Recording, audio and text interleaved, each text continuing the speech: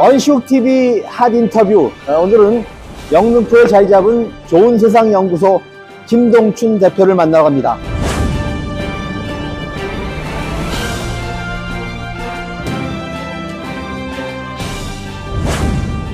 언시욱TV 핫 인터뷰 시간입니다. 오늘은 영등포에 자리 잡은 좋은 세상 연구소를 찾았습니다. 좋은 세상 연구소 김동춘 대표를 만납니다. 김 대표는 정치사회학자로 성공회대 명예교수시기도 합니다. 김 교수님, 시간 내주셔서 고맙습니다. 안녕하세요. 네. 일단 그 시절인 만큼 윤석열 대통령 파면되는 거죠? 뭐 그럴 거라고 생각합니다만 만에 하나 약간 걱정은 됩니다. 네. 혹시라도 기각될까 봐. 그러게요. 시점은 보통 모레 14일 얘기하는데 14일 될까요? 글쎄요, 뭐 지금 거의 다 끝났다고 이야기는 하는데 모르겠습니다. 하여튼. 예. 단도직입적으로 여쭤보겠습니다. 윤석열 대통령 극우 파시스트 맞습니까? 그거 파시스트라고 보기는 어렵지 않을까 싶어요. 그냥 권력지향 추세주의자고, 네. 뭐 어떤 정권에 들어와도 그냥 거기에 그냥 편성해서 권력을 이렇게 추구하는 그런 인간형이지, 뭐 특별히 이 사람이 통상적으로 이야기하는 파시스트라고 할 수 있는 뭐 아주 그 지독한 권위주의나 뭐 그 예를 들면 인종주의나 민족주의적인 성향이 강하거나 그런 사람은 아닌 것 같아요. 그냥 네. 출세주의자고 굉장히 권위적인 아나무인격의 그런 사람, 뭐 그 정도가 아닌가 싶어요. 네. 그런데 그 뭐 정치 사상이라는 게 있는지 모르겠습니다만 네. 어찌보면 거의 저는 뭐 문외의 상태였던 것 같은데 그 뇌를 뭐 여러 집단이 뭐 예를 들면 극우랄지 뭐 예. 뉴라이트랄지 예. 혹은 뭐 무속 이런 사람들이 그 점유한 게 아닌가 그런 생각이 드는데 윤석열 대통령의 인간형에 대해서 나름대로 조금 좀 분석을 해주신다면 어떤 인간입니까? 그 정도 제가 깊이 있게 시켜놓고요. 그냥 쭉 가까이 있었던 분들, 최강욱 씨나 네.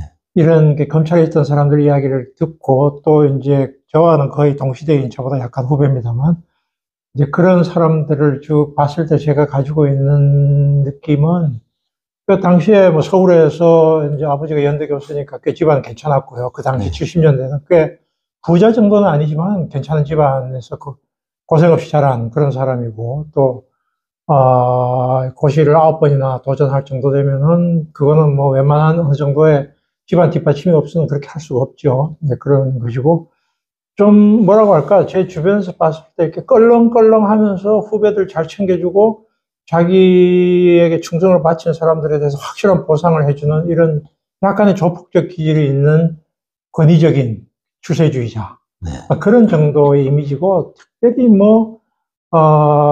이게 검찰이 다 그렇듯이 무슨 학식이나 자기가 어떤 식견을 이렇게 쌓으려고 하는 그런 노력 같은 것보다는 그 조직에서 철저히 추세하려고 했고, 보통의 검사들처럼 무슨 폴리바게닝 같은 방식으로 이런 향응 접대 이런 거 다 받았던 그냥 그만한 인물인데 서울대 법대 출신이라고 하는 메리트 하나. 네. 그 다음에 약간의 조폭 기질과 이 보스 기질 이런 몇 가지가 결합이 돼서 네.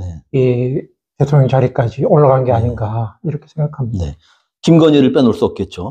물론입니다. 그러니까 그런 부분들이 이제 계속 입력이 된 것 같고요.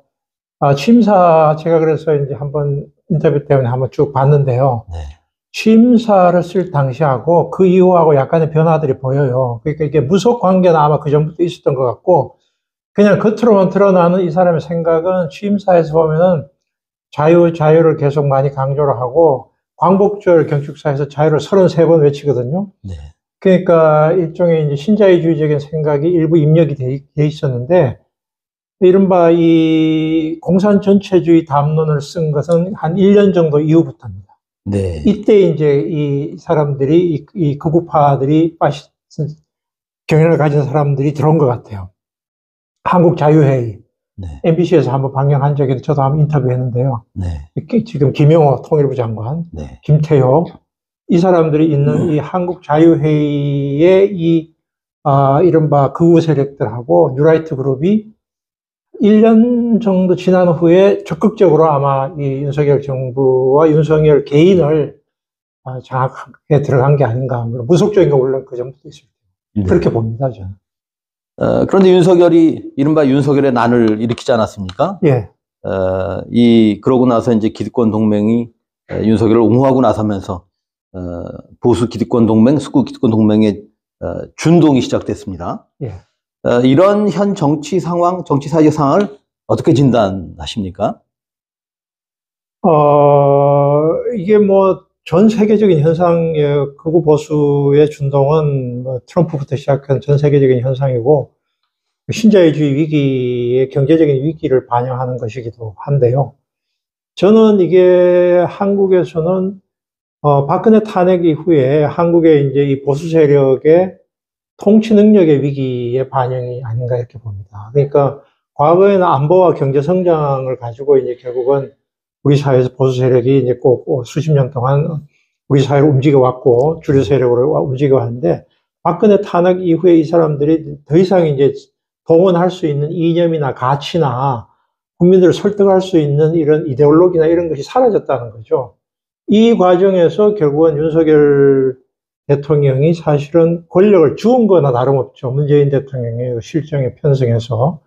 그런 상태에서 결국은 이 사람들은 애초부터 국가를 어떻게 운영한다는 애초에 그 가치가 없던 사람들인데 갑자기 권력을 주운 상태에서 결국은 야당이 이제 국회 의석을 다수 의석을 차지하게 되니까 더 이상 이 사회를 꾸려갈 수 없는, 정치를 꾸려갈 수 없는 상황에서 나온 게 바로 윤석열의 난이 아닐까. 저는 그렇게 보고 있습니다.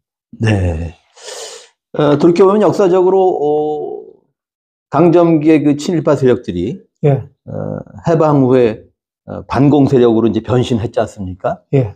그래서 반공 이데올로기를 아주 잘 활용을 하다가, 더 이상, 반공 이데올로기의 힘을 발휘하기 어렵게 되자 이제 이번엔 혐중 정서를 자극해서 헤게모니를 유지하려 줬다는 생각이 듭니다. 예.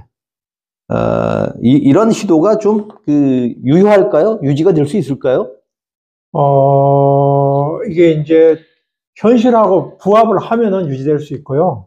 현실하고 부합하지 않는다면은 지탱하기 어렵다고 봅니다. 그러니까 지금 혐중 정서는 기본적으로 저는 미국발이라고 봅니다. 이게 물론 뭐 배후에 미국의 보수 기독교나 미국 정부가 개입되어 있다라고 말하는 건 아니지만, 혐중은 기본적으로 미국과 일본의 프로젝트이고, 한국의 이 보수 세력이나 기독교 세력들은 그 영향을 아주 직접적으로 받고 있죠. 그런 상태에서 반북이 이제 더 이상 안 먹히니까, 네. 기독교 쪽에서는 주로 이제 이 동성애라든지 이쪽을 이제 주로 원래 이제 공격을 하다가, 그 다음에는 이제 반공, 반북 대신에 반중, 혐중을 거기다가 같이 결합시켜서 결국은 자신들의 뭐라고 할까요? 이데올로기도 아닌 이데올로기로 동원을 하고 있는 게 지금 형국이 아닌가 생각합니다. 네. 네. 근데 현실에는 한국 경제는 실제로 미국, 중국 양쪽에 다 연관이 돼 있고 깊이 연관이 돼 있고 중국과의 관계를 끊을 수가 없는 구조이기 때문에 네. 혐중은 계속 먹히기가 어렵다고 봅니다, 저는. 예. 네. 윤 정권 들어서 뭐 여성가족부 폐지 정책이랄지 여성을 적대함으로써 뭐 실업 고용 위기 상태에 빠진 남성 청년들의 여성 혐오를 좀 부추긴 그런 측면이 있다는 생각이 듭니다. 이건 뭐 이분법이지만은 우리가 지난 비상계엄 당시에 경험했듯이 2030 여성들은 이제 응원봉을 들고 나왔고, 예. 그런가 하면 일부지만 2030 남성들은 뭐 극우의 행동대가 된 것 같은 생각이 듭니다. 예. 뭐 서부지법 뭐 사태도 있었고, 이런 성별에 따른 분화, 이거 어떻게 보십니까? 원인은 뭔가요?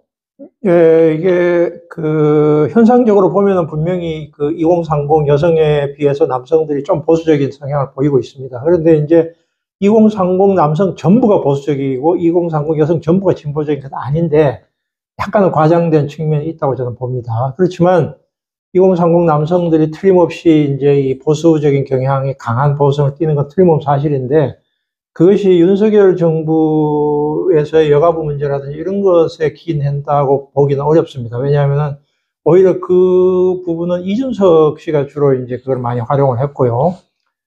저는 15년, 20년 전부터 진행된 현상이라고 봅니다. 그러니까, 어쩌면 20년보다 더 됐을지 모릅니다. 일베가 나타날 때부터 보시면 됩니다. 일베 사이트가 나타난 게 지금 한 15년 정도 된 걸로 제가 기억이 나는데요. 네. 그때부터 그 여성 혐오 현상들이 나타나기 시작했는데, 그거는 우리 사회가 산업화가 굉장히 빨랐고, 빠른 만큼의 여성의 사회적인 진출도 굉장히 이렇게 급격히 진행이 되었다. 90년대 이후에. 그 상태에서 상대적으로 남성들이 가지고 있는 이른바 열등감이나 그 피해의식이 이미 그 90년대 후반, 2000년대 초반부터 형성이 되었고, 그 과정에서 점점 더 이른바 이제 군 가산점 문제, 그 다음에 강남역 살인사건, 일련의 사건들이 계속 있었습니다. 그래서 쭉 15년, 20년 동안 축적된 현상이 이렇게 온 것이지, 이 정권의 어떤 정책이나 이런 것에 의해서에 나타난 것은 아닌 것 같아요. 그래서 한국에서의 이 극우 파시즘적인 현상에 가장 두드러진 것이 젊은 남성의 보수화인데, 네. 이 부분은 한국의 이 산업화 이후에 이 여성의 사회적인 진출, 네. 상대적인 남성들의 박탈감, 이런 부분들, 그 다음에 기성세대 남성들과 지금 남성들의 현격한 이른바 가정 내에서의 성 역할의 차이, 이런 것이 다 결합되어 있는 것 같아요.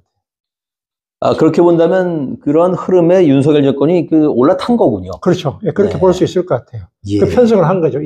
보수적 남성들의 어쨌든 지지를 편성했다고 보고, 과정은 이미 오래전부터 진행됐던 과정인 것 같습니다. 네. 보니까 그 칼럼에 이런 이야기를 쓰셨더군요. 파시즘의 본질이 그렇지만은, 한국의 극우 세력도, 아무런 국가 목표도 이상도 없다. 민주당의 집권을 막는 게 이들의 당면 과제이고, 그래서 윤석열 탄핵이 인용이 되면은 아마도 그와 손절할 거다. 이렇게 보시는 입장인가요? 국힘은 손절할 거라고 봅니다. 네. 그러나 그 아스팔트 극우는 손절하지 않을 거라고 봅니다. 그 차이가 탄핵 인용 이후에 국힘은 어쨌든 지금 국힘이 계속 아스팔트 극우에 편승하지 않습니까? 네. 윤상현 씨나 이 사람들이 대표적인데요. 이 사람들은 이제 이 아스팔트 극우 세력들과 말하자면 그 사람들을 지지하는 우익들이 자기들에게 표가 되기 때문에 그쪽에 가는 거 아니겠습니까? 그런데 이제 이게 그 한국의 극우라는 게 원래 이런 유럽이나 미국의 극우처럼 사회적 기반이 강하지는 않아요. 그러니까 이른바 사회적 기반이라고 하면 경제적으로 이 박탈당한 하층 남성, 그 불안정 고용, 이 사람들이 극우의 기반이 되지는 않거든요, 한국은.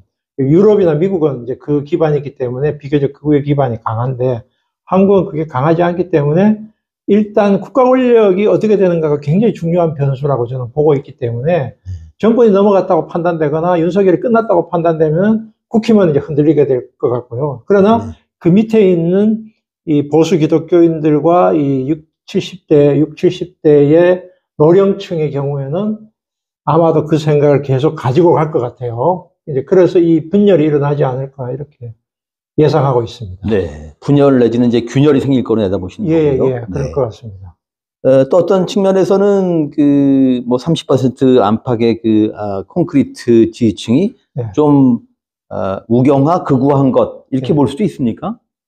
예, 지금 지지난주인가요? 시사인의 조사에서 우리 사회에서 이른바 이 계엄과 그 다음에 탄핵과 이거를 이제 지지하는 사람, 반대하는 사람, 이 분포를 조사하는 게 있는데, 거기에서 보면 약 한 20%의 사람들, 전체의 피조사자들의 20%의 사람들은 말하자면은 이 폭력까지 또 사용할 수 있다고 보는 사람들. 이 사람들이, 전형적인 파시스트적인 생각을 가지고 있는 분들이고, 그 20%의 상당한 부분은 노령층, 60대 이상의 사람, 군사정권을 겪었던 분들. 이런 분들이 많고, 젊은 사람들이 거기 포함되어 있고, 이제 기독교인들이 포함되어 있는데, 그래서 이 사람들이 자기들의 극우 보수 세력은 이게 대부분은 경우는 두 부류가 있거든요. 기득권 세력들하고 기득권이 없지만 이쪽에 편승하는 사람들. 종교적이고 신앙적인 이유나 지도자를 이렇게 추종하는 사람들. 그리고 경제적으로 굉장히 박탈당한 사람들. 이런 부분들이기 때문에 저는 어쨌든 이 정권이 교체가 되거나 탄핵이 되거나 하면은 일정한 정도 약화되기는 하겠지만 이 세력들이 우리 사회에 적어도 한 15% 정도에서 20% 정도는 그대로 남지 않을까. 경상도 보수, 그 다음에 20, 30대의 일부 극단적인 보수, 그 다음에 근본주의적인 기독교인들, 이 사람들이 주로 15% 정도는 계속 남아서 여러 가지 형태로 이제 만약에 민주당으로 정권 교체가 되면 밑으로부터 계속 흔들어대는 역할을 하고, 그 중에 극단적인 사람들은 뭐 말하자면은 테러까지도 가할 수도 있는. 네. 지난번에 이재명 테러처럼, 네. 테러, 해방정국하고 그렇지 않습니까? 예. 테러도 가할 수 있는 그런 식의 어쨌든 사람들도 일부 극단적인 사람도 있고, 그렇지 않나 생각합니다. 네. 뭐, 우리도 같은 세대입니다만은, 예. 군사 정권을 겪은 사람들이 예. 이 폭력의 유혹을 받는 것, 이건 어떻게 가능한 일입니까? 군사주의 문화 아니겠습니까? 네. 그러니까 뭐, 저도 이제 군대 갔다 왔습니다만, 기본적으로 우리는 학교나 군대에서 폭력이 일상적으로 당하고 살았지 않습니까? 예. 그렇기 때문에 자기의 의지나 자기의 욕망이나 자기의 뭐 명을 관철하기 위해서 상대방이 그게 순응하지 않을 때는 대화를 하는데 훈련되어 있지 않고 곧바로 주먹부터 나가지 않습니까? 네. 그게 대개 60대 이상의 한국인들이기 때문에 이게 자기들이 올바르다 그러면 폭력을 사용할 수 있다고 생각하는 거죠. 60대 이상, 특히 남성들. 네. 여성들도 뭐 마찬가지입니다. 그렇지 않을까요? 네. 군사문화의 영향인 것 같아요. 예. 돌이켜보면 그 폭력이 일상이었던 야만의 시대였던 예, 것 같습니다. 예. 폭력의 피해자이지만 동시에 폭력의 가해자가 되는 네. 그런 거죠. 예. 그런 관점에서 본다고 하면은 윤석열의 석방은 국힘의 악재일 수도 있겠습니다. 지금 안 그래도 거기에 이제 뭐 그 잠재적인 대선 후보들, 네. 이 사람도 대혼란이 온 것 같고요. 네. 그 윤석열을 간판으로 해서, 그 윤석열이 미는 사람을 간판으로 해서 대선에서는 승리할 수 없다라고 아마 국힘 내부에서 판단하겠죠, 당연히. 그러니까 네. 그 중에서 가장 온건하고 부드러운 이미지를 가진 사람하고 붙어야 대선에서 승리할 수 있다라고 상식적으로 판단하지 않겠습니까? 그러니까 윤석열이 석방된 것은 한편으로는 지지 세력을 결집 효과도 있지만 한편으로 대선을 생각하면은 네. 우려되는 것도 현실이지 않을까 생각합니다. 네. 모든 일에 다 양면성이 있듯이 예. 이 석방도 그렇게 볼 수 있군요. 그런 것 같습니다. 예.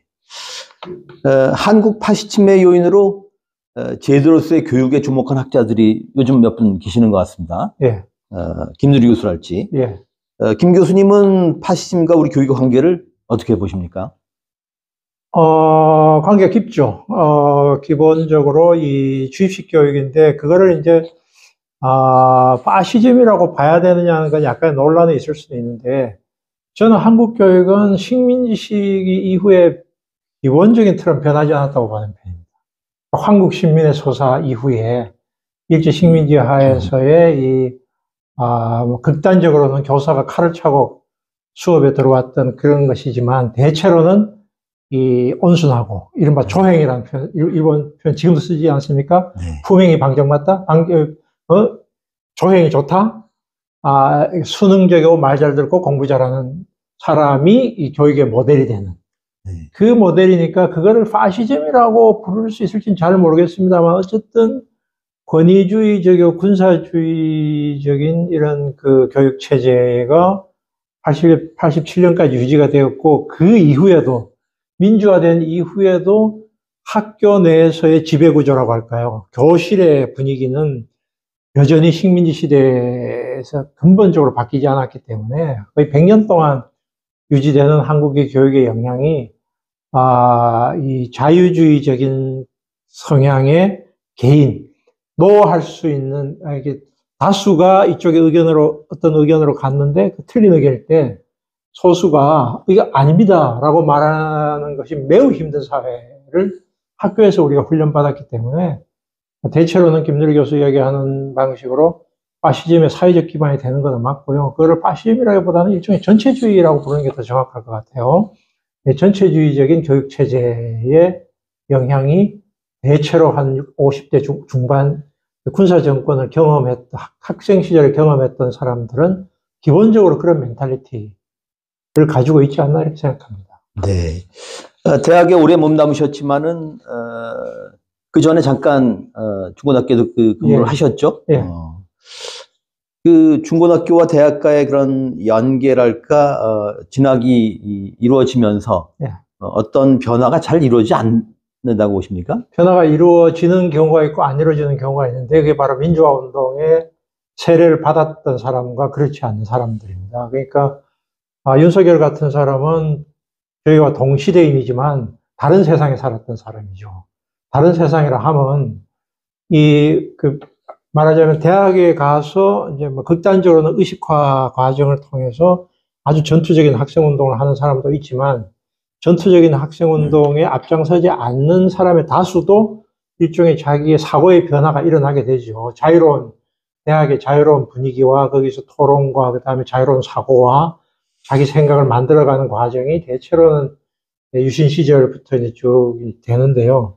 그러나 그 시대에도 이제 그 고시 공부를 했거나 자기가 이제 어떤 자기 커리어를 쌓아서 우리 사회에서 그냥 출세지향적인 길을 가려고 했던 사람들 같은 경우에는 동시대인이지만 다른 세상에 살았던 사람들이라고 볼 수가 있겠죠. 그리고 당시는 대학생이라고 하더라도 전체의 동년배 인구 중에서 70년대 같은 경우는 한 20% 이하고 80년대 같은 경우도 30% 이하였기 때문에 동시대인 중에서도 70% 이상의 사람들은 고등학교 이후에 그 상태로 평생을 산다고 보시면 되고 20% 정도의 사람들이 이제 약간의 생각의 변화를 겪고 민주화 운동이나 사회 운동이나 혹은 여러 가지 조직에서의 어쨌든 노조의 참가라든지 이런 경험을 통해서 자기의 어떤 변신을 겪게 되니까 우리 사회에서 60대 이상의 사람이라고 하더라도 그 변신을 겪는 사람들의 비율은 그렇게 높지 않다고 생각합니다.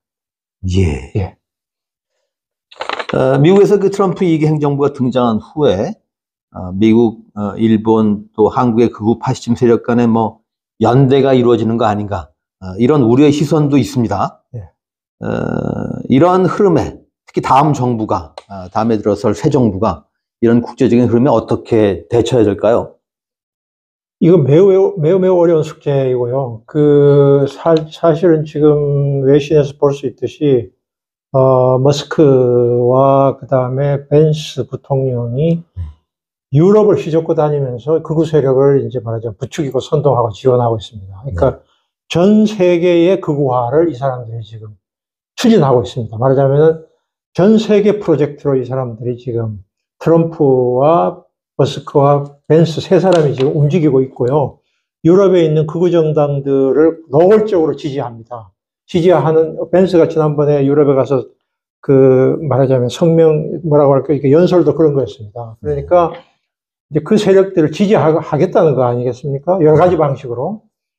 그러니까 이 한국과 일본, 특히 한국 같은 나라가 굉장히 어려운 처지에 이제 놓이게 될 것 같아요. 그러니까 일본은 전체적으로 정치가 이제 우경화된 구도로 굉장히 안정화된 우익 구조이기 때문에 네.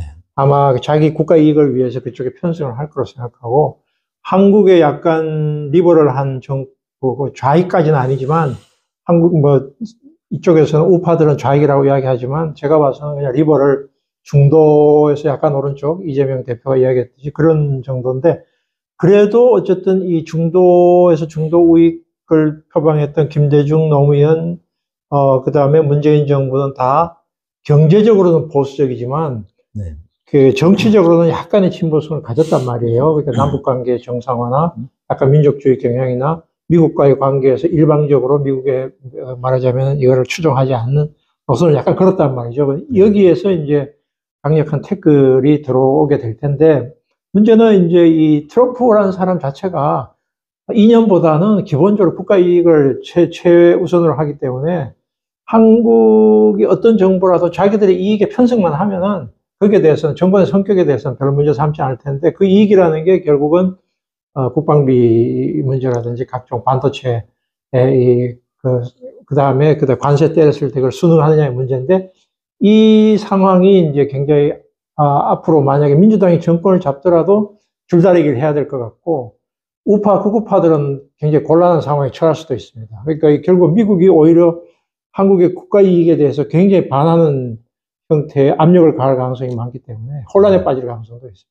네. 예. 이래저래 다음 대통령 잘 뽑아야겠네요. 예, 그럴 것 같습니다. 예. 영화 대사인데 왜 바람은 계산한 것이 아니라 극복하는 것이다. 한때 회자됐던 영화 대사인데 이걸 패러디한 말이죠. 저는 내라는 극복하는 게 아니라 진압하는 것이다. 이런 생각이 듭니다. 예. 지금 윤석열은 석방됐고 지금 탄핵 심판을 앞두고 있는데 이 깨어있는 시민들이 지금 광장에 나가서 지금 태극기 부대에 맞서서 좀 집회도 하고 구호도 외치고 뭐 이렇게 해서 민주주의 회복과 헌법 수호에 좀 앞장서야 되는 거 아닙니까?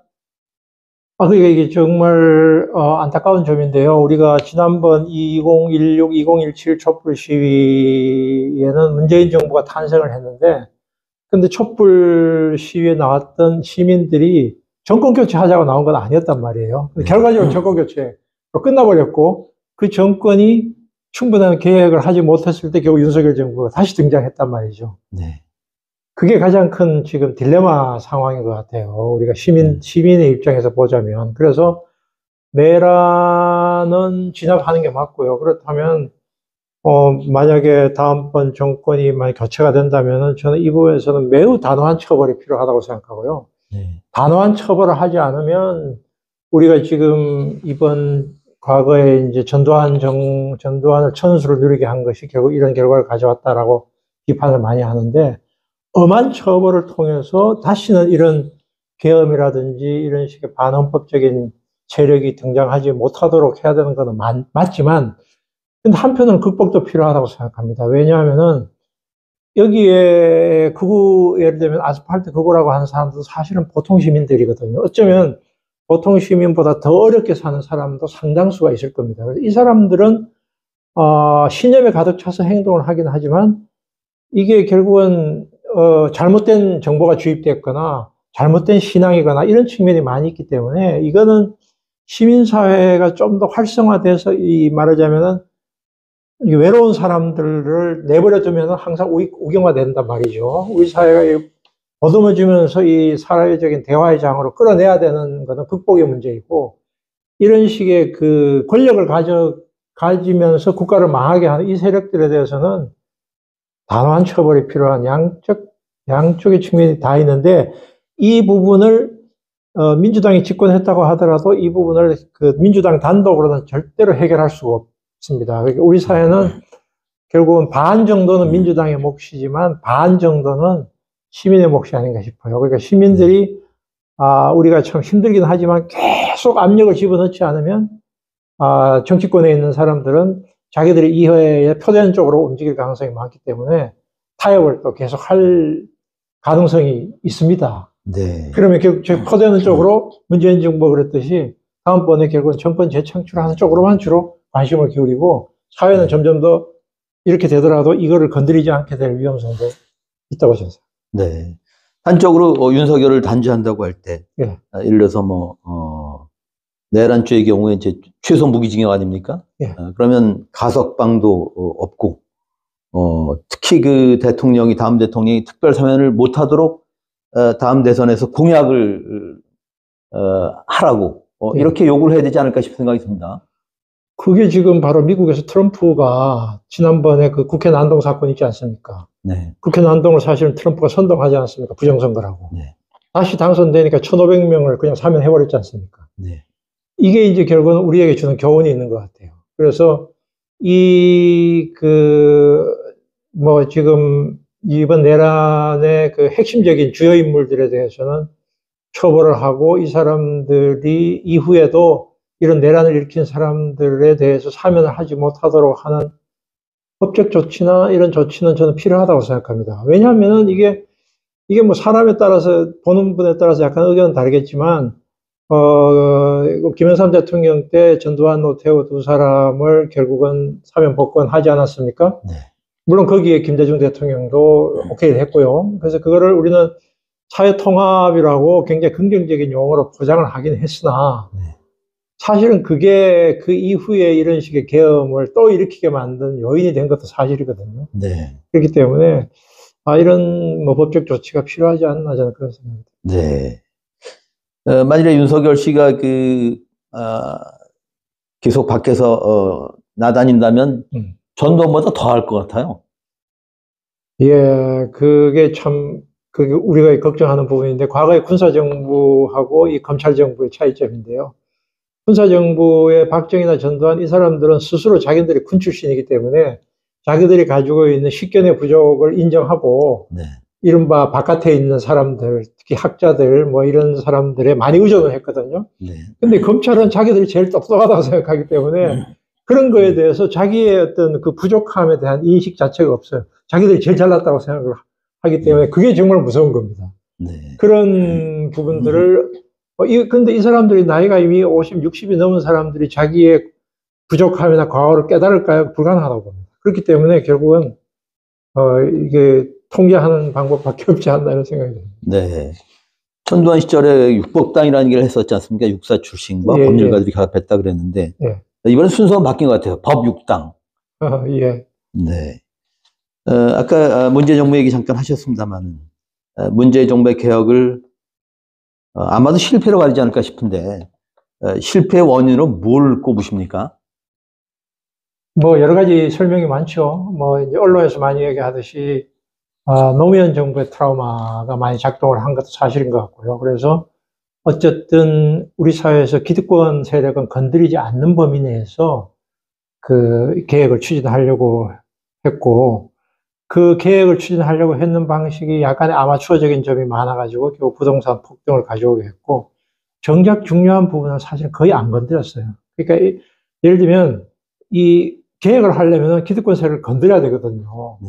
근데 기득권 세력을 안 건드리면서 인기 관리만 한 방식으로 간 것이 저는 문재인 정부의 최대 패착이라고 생각하고요.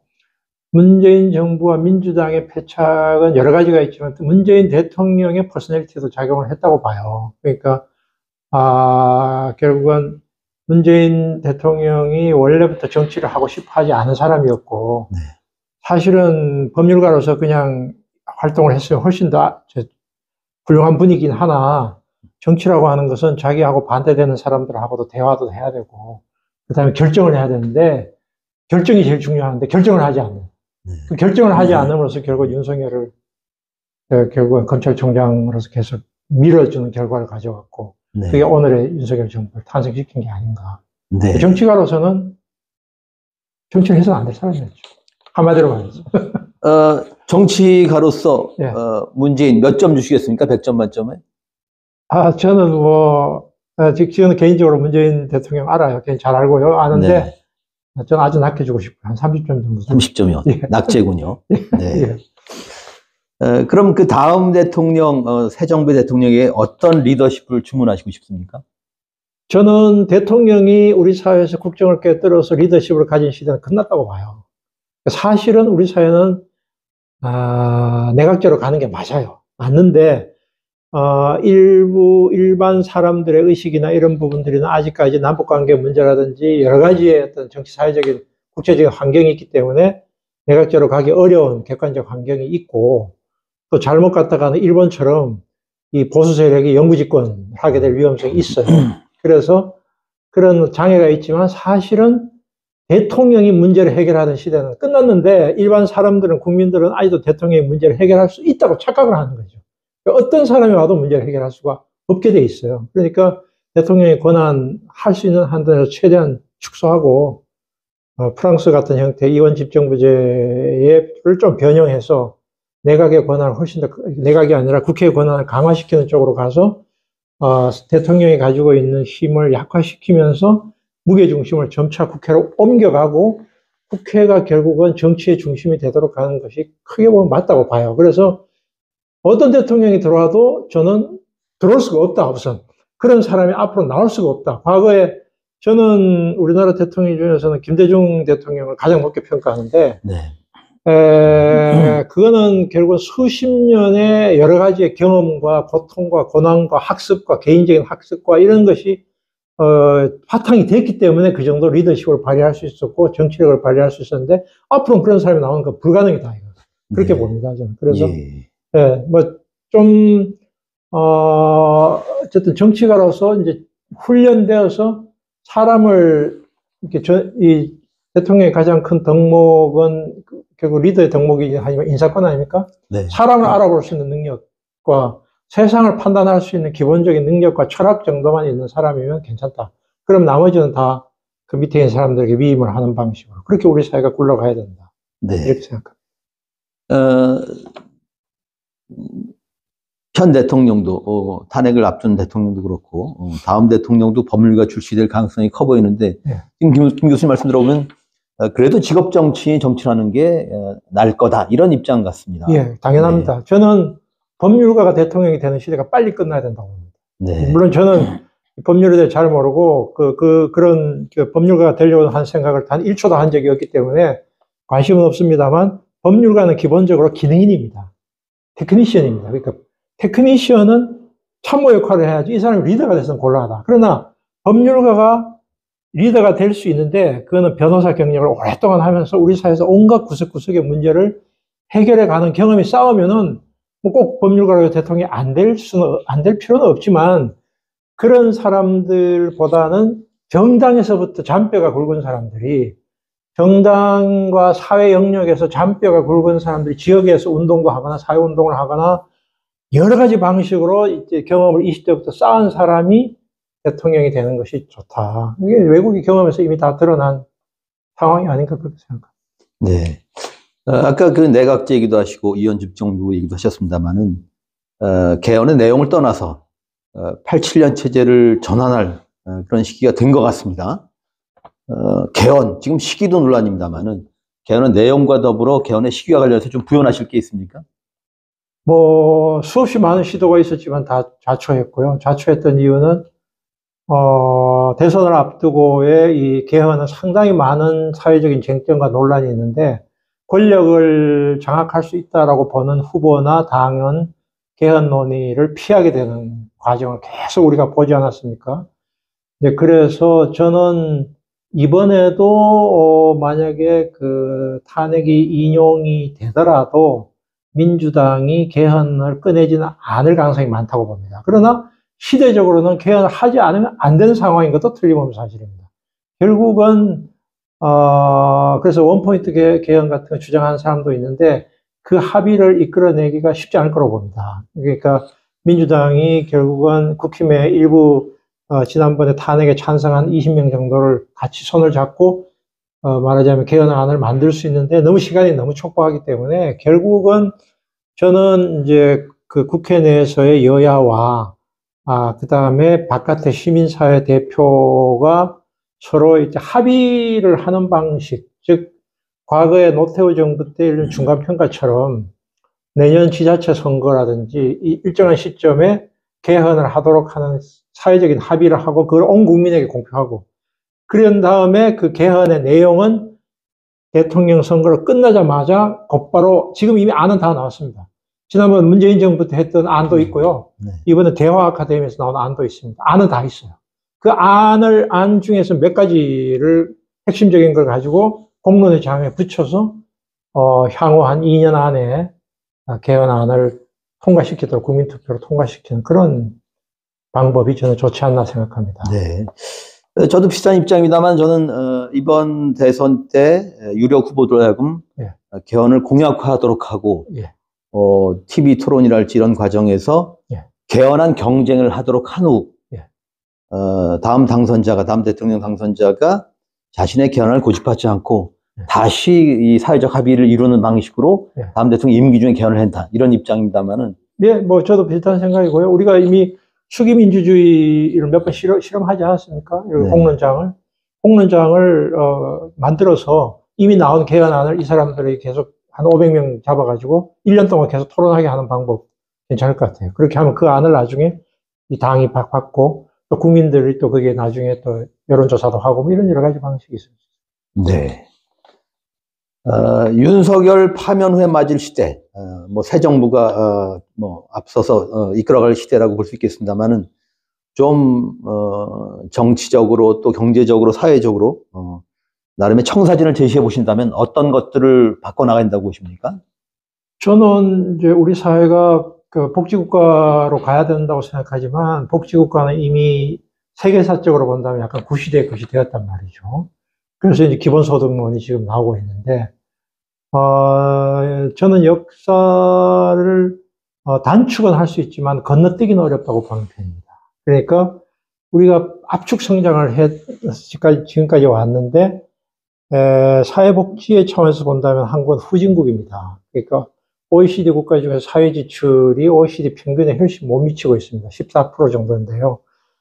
조세 부담률도 낮고요. 이런 상태에서는 국가가 말하자면은 그 국민들, 이 사회적인 약자들을 케어해 줄 수가 없고, 각자 도생의 어떤 시스템으로 갈 수밖에 없는 구조이고, 각자 도생의 구조로 간다는 말은 주거비하고 교육비를 개인 부담으로 가는 사회에서는 출산율이 높아질 수 없고, 출산율이 높아지지 않는다면 우리 사회의 미래는 매우 어두운 고령화 사회로 가게 되기 때문에 이 문제를 해결하기 위해서는 저는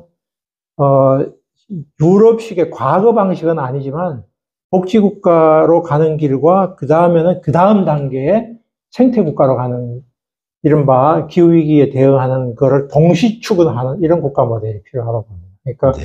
사회국가 모델하고 생태국가의 모델을 동시에 추구하되 단지 우리가 발전을, 이 한국이 그 어떤 경로가 있기 때문에 일거에 그쪽으로 가기는 어렵다고 봅니다. 그래서 그걸 위한 청사진을 한 30년 청사진을 가지고 시작을 해야 되고, 역대 정부가 다 뭐 노무현 대통령도 뭐 2030 뭐 이렇게 했습니다만 다 실패했는데, 그 실패한 이유는 5년 단임제 대통령제 때문입니다. 그래서 5년 단임제 대통령제 하에서는 국가의 장기 개혁이 불가능합니다. 그래서 결국은 의회로 중심에 가야 된 이유도, 정당이 중심으로 가는 이유는 국가의 장기 계획을 가야 되고 30년 계획으로 사회국가와 생태국가의 모델로 가는 그 청사진을 스텝 바이 스텝으로 수도권 집중 문제, 그 다음에 저출산 문제, 고령화 문제, 남북 간의 평화체제 문제. 이게 가장 핵심적인 화두가 아닐까 생각합니다. 네. 그러니까 국회가 중심이 된다는 말씀 같습니다만은, 네. 어젠가요, 윤상현 의원이 뭐 그런 발언을 했더군요. 그러니까 민주당의 드라이브를 막기 위해서는 국회를 해체해야 된다.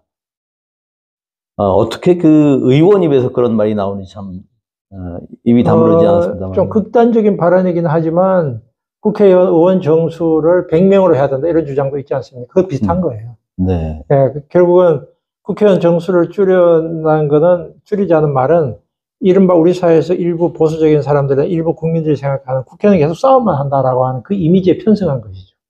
사실은 국회가 강화되어야 사회적인 이 사람들의, 이 말하자면 자기를 대변할 수 있는데, 관료체제로 가지고 국가를 운영하자는 거 아닙니까? 결국은 관료들만 있으면 되지 왜 국회가 필요하지? 라고 하는 거는 전형적인 이 독재나 전체주의 사고죠. 그러니까 좀 비슷하게 말하면 중국의 말하자면 그 공산당 체제하고도 비슷한 것인데, 가장 지혜로운 사람이 최중점에 올라가면 이 사람들의 판단이 그냥 국민들이 선출한 사람보다가 더 우수해.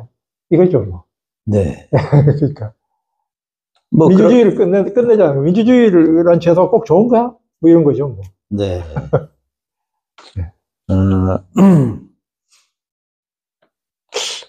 저서 중에 전쟁 정치가 있습니다. 네. 그래서 그 전쟁 정치에서 한국의 정치사를 그 전쟁 정치라는 개념으로 규정하신 바 있는데, 이 개념이 지금의 정치 현실에도 적용된다고 볼 수 있을까요? 예, 저는 뭐 그렇게 보고 있고요. 이 책은 한 10년 전에, 12년 전에 쓴 책인데, 제가 이제 과거사 진실화해위원회라고 하는 데서 상임위원으로 한 4년 있으면서 한국전쟁 전후에 이 학살 사건 진상조사를 했거든요. 이제 그걸 하면서 이제 들었던 생각을 책으로 낸 게 전쟁 정치인데, 한국에서는 이 기본적인 정권 교체라고 하는 것이 흔히 말하는 보통 국가에서 일어나는 방식으로 되지 않는다. 상대방을 적으로 본다. 없애야 될 적으로 보고, 특히 이 보수 세력들은 권력을 잡으면 반드시 보복을 해가지고 저 사람들 다 죽이려고 한다. 근데 이 방식이 6.25 전쟁 때부터 지금까지 계속되고 있다. 왜 그럴까? 왜 정치가, 말하자면 전쟁처럼 될까? 정치라는 게 원래 약간 전쟁적인 측면이 있죠. 분명히 적과나 대립이라는 게 있는데, 제가 이제 작년, 한 2개월 동안 대만에 체류하다가 왔는데, 대만도 한국과 비슷한 그 민주화 과정을 겪었는데, 국민당과 민진당이 서로를 적으로 보진 않아요. 정권이 교체되면 그 교체된 조건 하에서 자기들의 말하자면 최대한 견제를 하고 자기들의 이익을 찾으려고 하지, 저놈들을 다 죽여야 된다고 생각하지는 않는데, 한국의 국힘은 저놈을 다 죽여야 된다고 생각해요. 이명박 정부가 노무현을 결국 죽게 만든 것도 그런 것인데, 그 이유는 그 전쟁 방식으로 되는 것은 기본적으로 남북한의 분단 때문이긴 해요.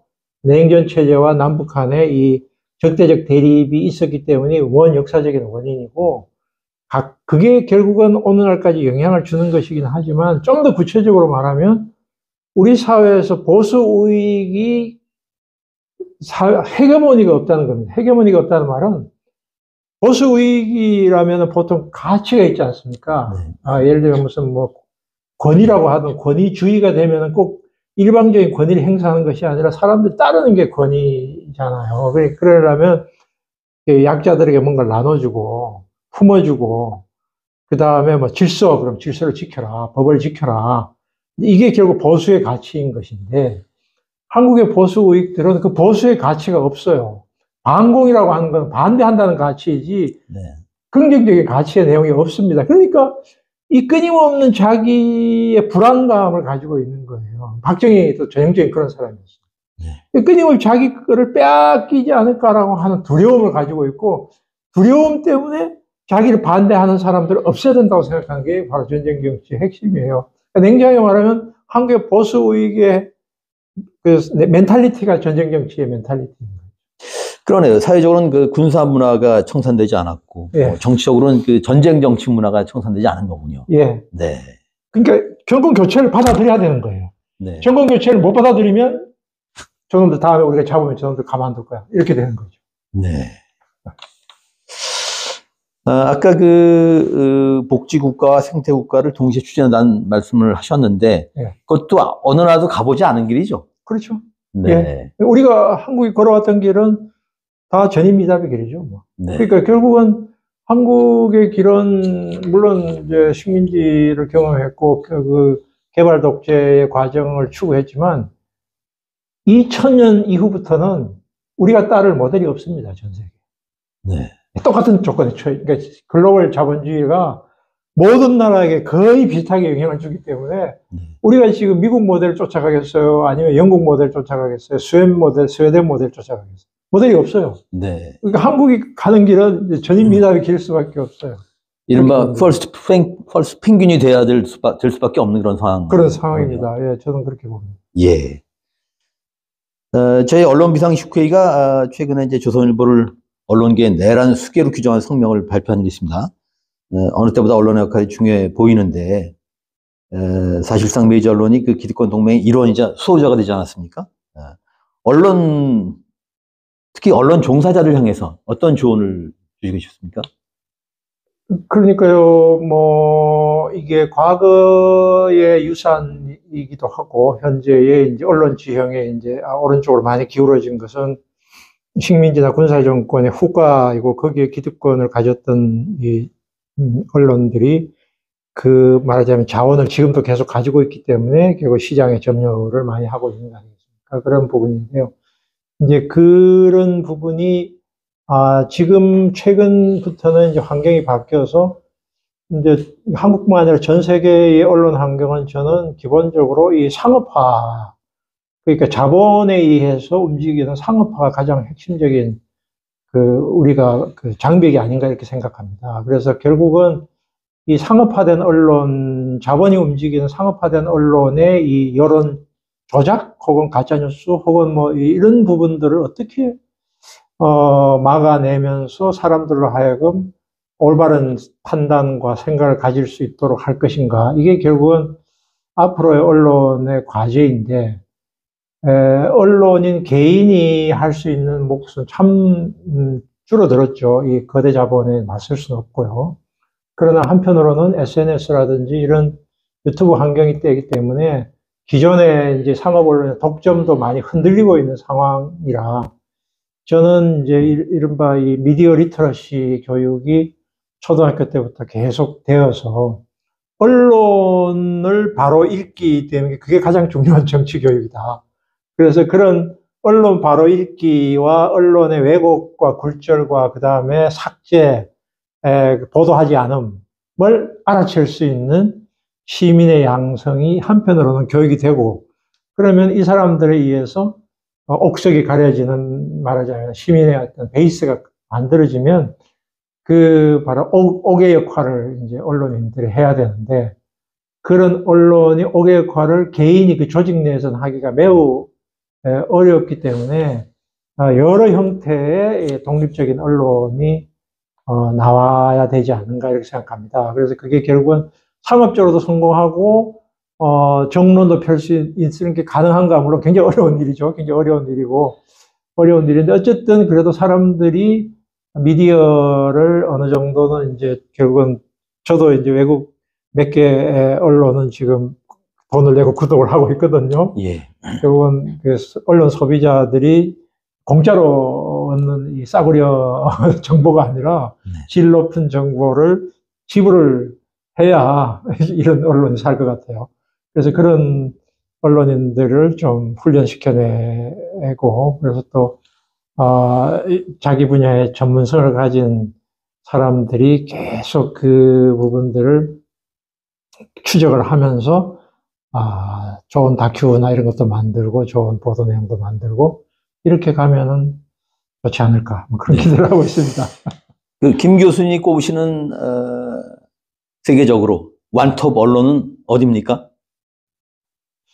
글쎄요, 저는 그것까지는 잘 모르겠는데, 저는 뭐, 르몽드 디플로마티크와 뉴욕 타임즈와 가디안과 뭐 이런 거 몇 개를 지금 네. 보고 있습니다. 예. 좋은 세상 연구소를 만드셨습니다. 예. 근데 좋은 세상이 조금 추상적이라서 예. 이런 질문을 드려봅니다. 어떤 세상이 되기를 바라십니까? 저는 뭐 아주 심플하게, 사람들이 정치에 관심을 덜 가질 수 있는 세상. 이렇게 모든 국민이 다 법과 정치를 공부해야 되는 세상이 최악의 경우라고 생각하고요. 그냥 가까운 이웃들과 이렇게 가끔씩 만나서, 우리 남자들 같은 경우는 술 한 잔씩 하고 세상 돌아가는 이야기 가끔 하면서 이렇게 놀고 하는 이런 식의 그 마을 공동체가 살아있는. 그러니까 뭐 흔히 이야기하듯이 한 15분, 자기가 사는 집에서 한 20분, 30분 내에 친구를 매주 한 번씩은 친구들 만나서 그냥 이런 세상. 그래서 결국은 풀뿌리 민주주의라고 할까요? 풀뿌리 공동체가 작동하는 세상이 좋은 세상이고, 그러려면 당연히 불평등은 해소돼야 될 테고, 전쟁은 없어야 되겠죠. 그래서 이제 제가 여기 하는 좋은 세상 연구소는 말은 연구소지만, 내용적으로 우리가 하는 일은 주로 시민교육입니다. 그러니까 아이들에게 영향을 미칠 수 있는 교사들을 위한 일종의 민주시민교육, 그 다음에 청년들, 그 다음에 일반 시민들의 어떤 그 학습 공동체, 이게 주로 내용입니다. 그래서 일종의 시민들의 어쨌든 모임, 쉼터, 그 다음에 이제 아이들에게 영향을 미칠 수 있는, 청년들에게 영향을 미칠 수 있는 분들을 조금 더 생각을, 제대로 뭐라고 할까, 시민의식을 갖도록 교육자로서 역할을 할 수 있도록 하는 그런 활동을 지금 하고 있습니다. 네. 제가 좀 시비를 걸면, 네. 술 한잔 상대에서 여성들을 배제하셨습니다. 바로 이제 그렇게 할 수 있는데요. 뭐, 네. 이제 여성들도 같이 참가하는 모임이 돼야 될 것 같아요. 예. 그런데 이제 이런 거가 워낙 많으니까요. 지금 이제 서울만 하더라도 거의 40%가 되지 않습니까? 아마 곧 네. 50% 될 것 같아요. 그러면 1인 가구, 점점 더 외로운 사람들이니까 이 사람들 남자, 여자 할 것 없이 만나서 뭐 같이 놀고 할 수 있는 뭐 이런 공동체, 마을 네. 공동체 이런 게 아닐까 싶습니다. 아까 언론이 보도하지 않음을 지적을 하셨는데, 예. 연상작용인데, 그 검찰의 많은 문제 가운데 기소 독점도 있지만 기소 편의, 예. 기소 안 하는 특권 있지 않습니까? 예. 그게 막 연상이 되던데, 언론도 마찬가지로, 검찰이 기소 안 하는 게 문제이듯이, 예. 언론도 보도 안 하는 게 문제군요. 예. 이거 뭐 이미 많은 상식적으로 사람들이 알고 있습니다만, 사실은 언론과 검찰의 힘은 그 축소 보도에 있는 것이 아니라 보도하지 않음에 있는 거잖아요. 그러니까 물론 검찰의 과도한 권력 행사는 과도한 수사 기소의 남발도 있지만, 아예 그걸 기소 수사하지 않음이 훨씬 더 큰 권력인데, 이거를 사람들이 알아채게 하는 게 결국은 민주시민 양성이라고 저는 생각합니다. 근데 그거를 알 수 있는 방법이라는 것은 결국은 검찰의 수사나 기소 활동을 노출시키는 것밖에 없지 않습니까? 우리는 지금 그 법원의 판결문도 지금 못 보는 나라예요. 그러니까 네. 판결문도 아직 사람들에게 검토가 안 되는 세상이니까, 검찰의 기소 독점이나 혹은 이런 부분들을 기소청 같은 걸 만들어 가지고 그게 시민들이 참여해서 기소 과정에서 시민들이 개입할 수 있게 만들고, 수사 과정을 꼭 뭐 과정에서 우리가 보도하지 말라는 물론 원칙이 있긴 합니다만, 그 과정에서 이 기소하고 기소하지 않는 부분들을 사람들이 알 수 있게 만드는 것이 저는 민주주의 출발점 아닌가. 네. 어찌 보면, 군은 이번에 물론 이제 쿠데타에 참여를 했습니다만, 군이 못 밀어냈다면, 이런 그 사법 권력에 대한 문민화, 뭐 예. 이런 것도 필요하다는 생각이 그게 듭니다. 저는 이제 일제 식민지의 마지막 유산이라고 봅니다. 지금 네. 검찰 이 부분. 네. 이게 결국은 일제 식민지가 결국은 이제 이 관료체제이고, 관료체제의 기둥은 기본적으로 당시 한국을 지배했던 것은 경찰이고, 경찰 중에서 사상경찰, 이른바 정치경찰, 사찰경찰이 핵심이었고, 일본 본토에서는 사상검사, 이 사람들이 결국 천황의 이제 하수인이었지 않습니까? 근데 네. 45년 이제 일본이 패망하고 나서 미군정이 제일 먼저 해체되는 것이 사상검사들을 해체시켜버렸습니다. 재벌 해체시켰죠. 그 다음에 이런 정치경찰들을 말하자면 자치경찰로 만들어버렸습니다. 일본의 민주화죠.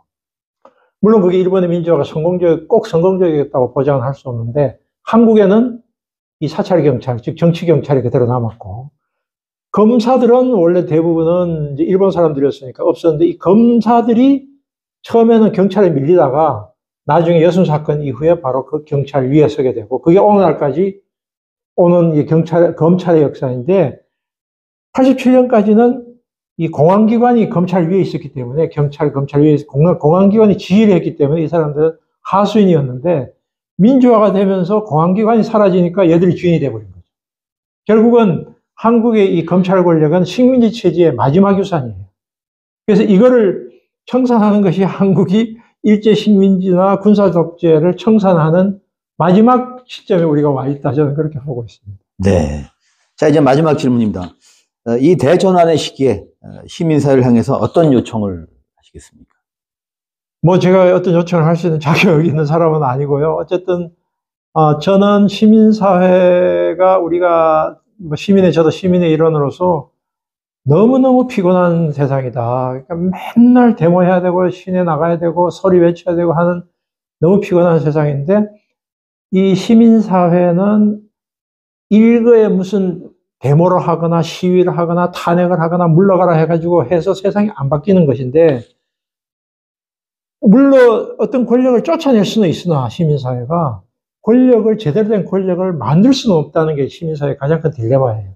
그렇다면 그 권력을 만드는 그 베이스를 시민사회가 어떻게 만들 거냐, 이게 결국은 저는 일상의 참여가 아닌가 생각해요. 그러니까 이 광화문의 참여가 아니라 자기가 속해 있는 직업집단, 동네, 친구, 이런 지역사회에서의 시민사회가 작동할 수 있는 시스템을 만들면 우리가 정말 이제 광화문에 나가지 않아도 되는 그런, 모든 걸 정치가 다 해결할 수는 없거든요.